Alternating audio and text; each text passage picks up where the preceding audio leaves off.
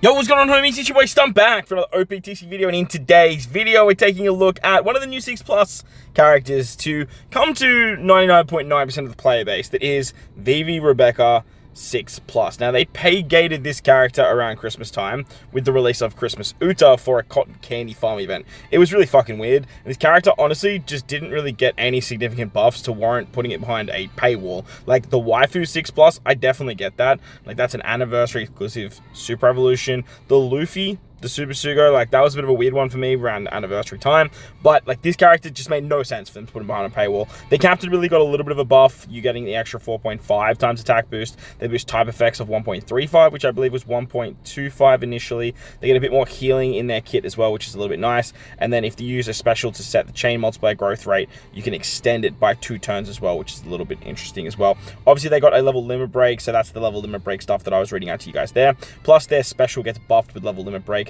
removing bind and special bind by 7 turns now instead of 6, and getting a 2.5 to 2.25 attack and orb boost respectively for 3 turns. That can be increased by 2 turns as well. Becomes VIVI Becca for 3 turns, and if the character's slot is rainbow when the special is launched, reduces damage null by 2 turns. Now, that last line was pretty much only to be used with Christmas Uta, and then you could sort of just remove some damage nullification there. But like, overall, like, this character's buffs just kind of stinky poo-poo. Like, it's very weird. So I thought, like, you're never really going to use this character compared to what you used the original form for. So there wasn't really too much content that I could think of to bring the character in. However, there is one piece of content that you basically need to run this unit in, and that is the Grand Voyage over at Arlong Park against Arlong. So what we've done today is we've actually we're diving in to the level 5, where you need to bring a Nami full dex team, full cerebral team with this particular build right here. Shout out to LGC Kevo, one of my alliance members. I'll put a link to his channel in the description below.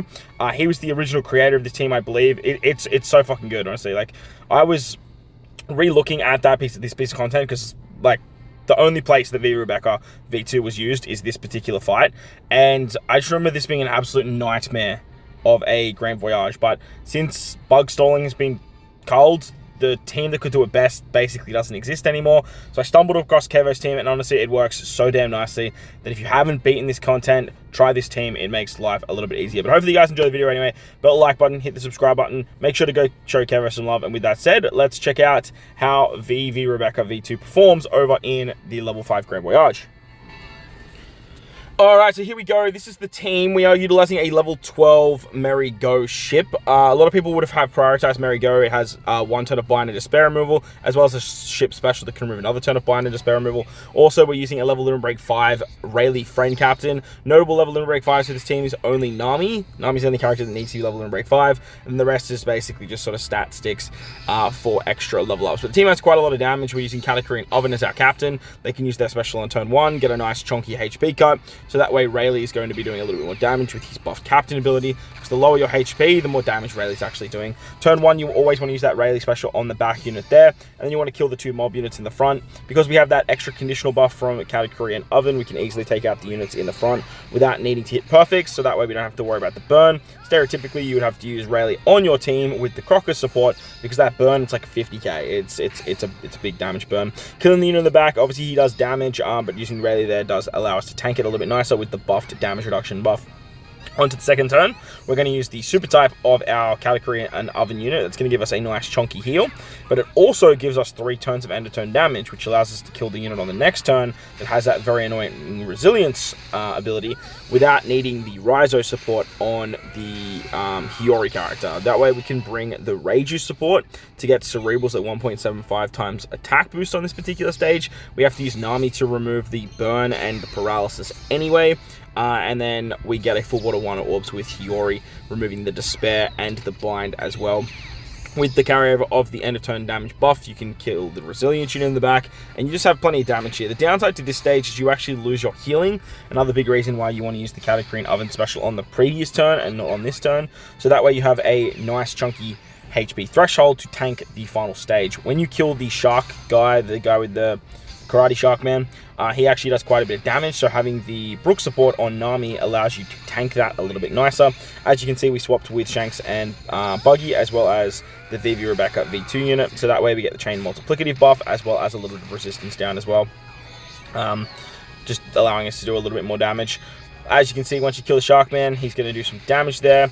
20k, or just under 20k, it's still a lot of damage, but being able to tank that a little bit nicer is key for the final stage. Once we hit the Hadson stage on turn 4, we are going to have to deal with the bind and special bind, and this is where, and as well as a special reverse, this is where the VIVI Rebecca V2 is basically needed. Like, there's no other character that can basically remove what's happening on this particular stage. But the upside to VIVI Rebecca V2's 6+ is they actually give you 3 turns of an attack boost and an orb boost. Stereotypically, this was always just going to be a 1-turn buff, and then you needed to use the free-to-play lore to actually extend that. So you can easily just run the original team if you do have Nami maxed out and you don't want to run this particular setup, and that way you just don't have to worry about bringing the lore character that's on that team to carry over that particular buff. He was basically only there just to extend it, because on the final stage you actually can't use attack buffs, can't really use any damage dealing buffs on the final stage. It will trigger Arlong's interrupt.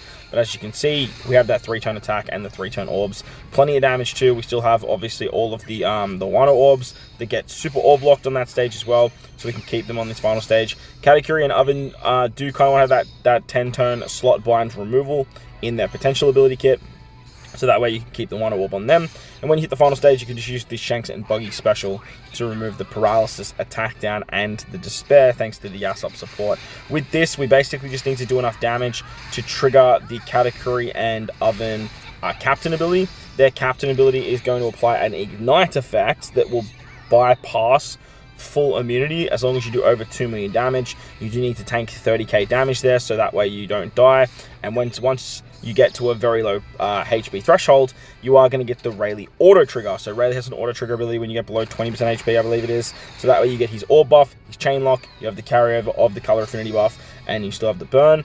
And you have to deal with bind. So using the Going Merry ship special removes that 1 turn of bind, and then we don't have to worry about the barrier, because we are going to rely on the burn to actually kill here. So as you guys will see, we are just sort of hitting our perfects now.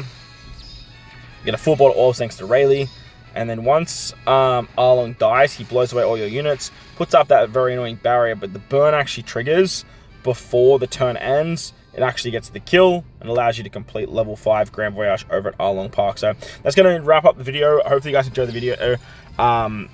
Make sure to show Kelro some love, because like this team was crazy, bro. Like it worked really well, and was actually pretty simple to run. Like, it wasn't too challenging in terms of what you had to hit. Obviously you had to be careful of the burn, and that was probably the only like contributing factor to dying. But at the same time, like, the team just moved so fluently compared to the original run. So V2 VIVI Rebecca, you got the 6+, not 6+, the team will still work. But I did just want to do some content on them, and I figured this was the best place to do it.